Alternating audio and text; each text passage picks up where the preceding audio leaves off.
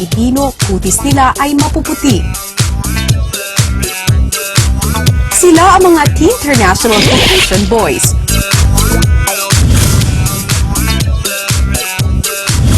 Una na dito ang isang medtech student na naninirahan sa Dumaguete. Pag-awit at pagsulat ng kanta ang nagbibigay kasiyahan pagkatapos mag-aral ng mga leksyon. At sa pagsakay sa skateboard ang nagbibigay kasiyahan pagkatapos mag-aral ng mga leksyon. Subalit sa likod ng masayahing personalidad, bit-bit nito ang lumbay sa matagal na pagkakawalay sa tunay na ina.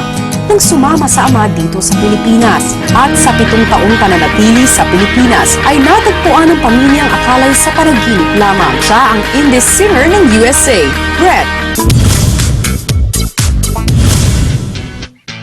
Nagmula naman sa Canada ang susunod na Teen International housemate. Sa bansang ito, naging masaya at maginhawa ang buhay ng kanilang pamilya.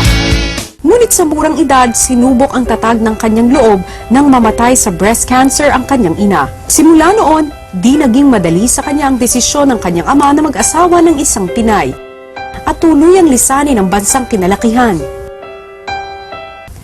Napadpad sa Pilipinas kasama ang 2 kapatid at ama. Nagsimulang mabuhay sa bansang minsan ay di niya pinangarap puntahan. Dahil sa pagiging dayuhan, nahirapan makisalamuha sa mga bagong kilala at bagong bansang iba ang klima sa pinanggalingan. Subalit sa kabila ng lahat, pinilit ng kilalanin ang bagong kultura at takbo ng buhay bilang isang pamilyang Pinoy. Ang loving lad ng Canada, Carson. Lumaki naman sa Land Down Under ang next cutie housemate.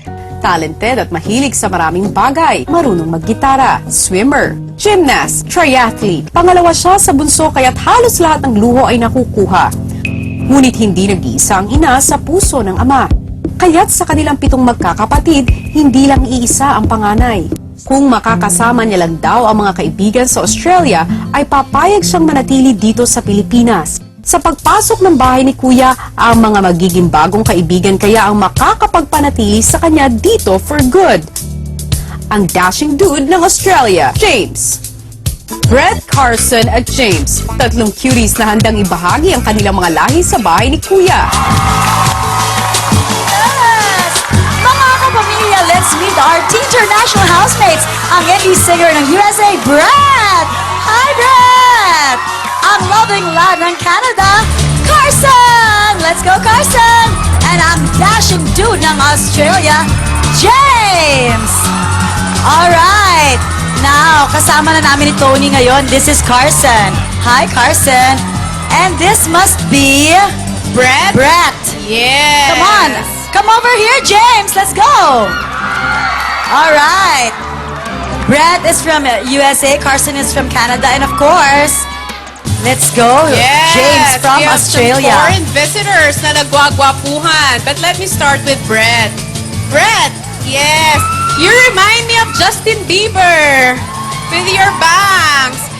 Anyway, kasi hindi po nagtatagalog si Brett, so kakausapin natin siya sa lingwaheng Ingles dahil lang naiintindihan lang yung language is English and Bisaya. Diba? Correct. So, since hindi ako magaling mag-Bisaya, I'll try to talk to you in English na lang. Kasi we learned from the video, from the VTR, that you were happy when you moved here to the Philippines. And can you describe to us what's your family like? Because I heard na you're really happy with your family. Yes. My family and I are very close. I get most of my personality from them. All we do is joke around, and I'm really happy every day. Oh, so the housemates will be ready to joke around with you as well. So, dito naman tayo kay Carson, ma. Carson is Yes, Carson, welcome to Pinoy Big Brother. Thank you. So, we heard that you faced hard times when you moved to the Philippines. What were the difficulties that you had to go through? In English or in Bisaya? English. English? Or in Bisaya, you want? Bisaya? O, sige, Bisaya. Sa una, dagan ako problema sa... Sa una, nagkaroon ka ng problema. Tama ba yun? Sinasabi niya, oh, eh, go. Wala ko friends, then I had trouble speaking the language, then after a few years, I understood how to speak Bisaya, and now... Oh! Okay. Can you greet them in Bisaya?